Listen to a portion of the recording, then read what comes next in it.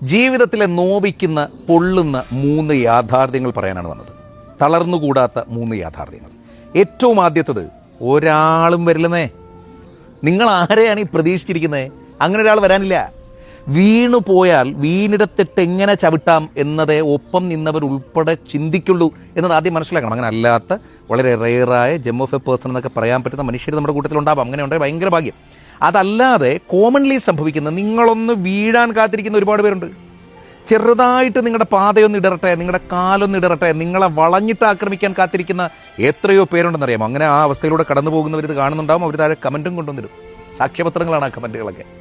രണ്ടാമത്തേത്, നിങ്ങളെക്കുറിച്ച് മാറി നിന്ന് പറയുന്നവരായിരിക്കും 98%.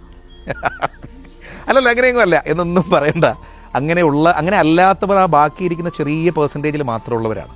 അങ്ങനെയുള്ളവരാണ് കൂടുതൽ. അതായത് ഇപ്പോൾ നിങ്ങൾ എത്ര നല്ലത് ചെയ്താലും, നിങ്ങൾ ആരെ സഹായിച്ചാലും, നിങ്ങൾ ഒരുപാട് അവർക്ക് ഗുണം വരാൻ ശ്രമിച്ചാലും, അവരുടെ പിഴവ് കൊണ്ടാണെങ്കിലും അല്ല എങ്കിലും അവർ നിങ്ങളെക്കുറിച്ച് പറയുന്നത്, നിങ്ങൾ നല്ലത് ചെയ്താലും പറയും, നിങ്ങൾ മോശം ചെയ്താലും പറയും. നല്ലത് ചെയ്താലും പറയും, മോശം ചെയ്താലും പറയുമെങ്കിൽ പിന്നെ അവർ പറയാതിരിക്കുന്നു എന്നതിന് അർത്ഥമില്ല. അവർ പറഞ്ഞുകൊണ്ടിരിക്കുകയാണ്. തളരരുത്. എന്നാലും എന്നെ അങ്ങനെ അവർ പറഞ്ഞോളാമല്ലോ, എന്നെ അവരെന്തിനും അങ്ങനെ പറഞ്ഞു എന്ന് ചിന്തിക്കരുത്. ഒരു കാരണവശാലും ചിന്തിക്കരുത്. Let it be. അവരങ്ങനെ പറഞ്ഞുകൊണ്ടേയിരിക്കട്ടെ. പറഞ്ഞുകൊണ്ടിരിക്കുന്നവരവിടെ പറഞ്ഞുകൊണ്ടേയിരുന്നോളും. അത് അവരുടെ കൾച്ചറാണ്, അവരുടെ ജീവിത രീതിയാണ്. അവർ ജീവിച്ചു വന്ന, വളർന്നു വന്ന, അവരുടെ വായനയുടെ, അവരുടെ പഠനത്തിൻ്റെ, വിദ്യാഭ്യാസത്തിൻ്റെ, സാമൂഹിക ചുറ്റുപാടിൻ്റെ കാഴ്ചപ്പാടുകളിൽ നിന്നാണ് അവരത് പറയുന്നത്. അവർക്ക് അങ്ങനെ പറയാനേ അറിയുള്ളൂ. അങ്ങനെ കരുതണം. നമ്മളങ്ങനല്ലോ. നമ്മളെക്കുറിച്ച് പറയുന്ന എല്ലാവരോടും നമ്മൾ മറുപടി കൊടുക്കാൻ നിന്ന് കഴിഞ്ഞാൽ പിന്നെ നമുക്ക് വേറെ ഒന്നിനും സമയം കാണത്തില്ല. നമുക്ക് അതിന് മാത്രമേ സമയം കാണുള്ളൂ. മൂന്നാമത്തെ പോയിന്റ് എന്താ അറിയോ? നമ്മൾ ജീവിത യാഥാർത്ഥ്യങ്ങളിലെ ഏറ്റവും പൊള്ളുന്ന ഒരു സംഗതിയാണ്, നമ്മുടെ ഏറ്റവും അടുത്ത്, നമ്മൾ ഏറ്റവും കൂടുതൽ സ്നേഹിച്ച്, നമ്മൾ ഏറ്റവും കൂടുതൽ അടുത്ത് നിൽക്കുന്ന ആൾക്കാരായിരിക്കും നമ്മൾ ഏറ്റവും കൂടുതൽ നോവിക്കുക.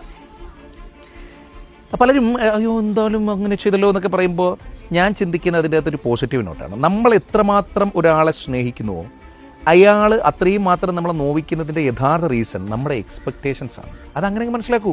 അത്രയും മാത്രം സ്നേഹിക്കാൻ പറ്റുമെങ്കിൽ അത്രയും മാത്രം നോവാതിരിക്കാൻ കൂടി നമ്മൾ ശീലിക്കണം. എല്ലാം ഒരു ഒഴുക്കാണ്. ലൈഫ് എന്ന് പറയുന്നതേ ഒരു ഒഴുക്കാണ്.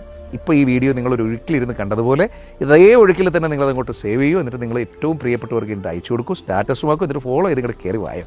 വരകട്ടെ പ്രകാശം.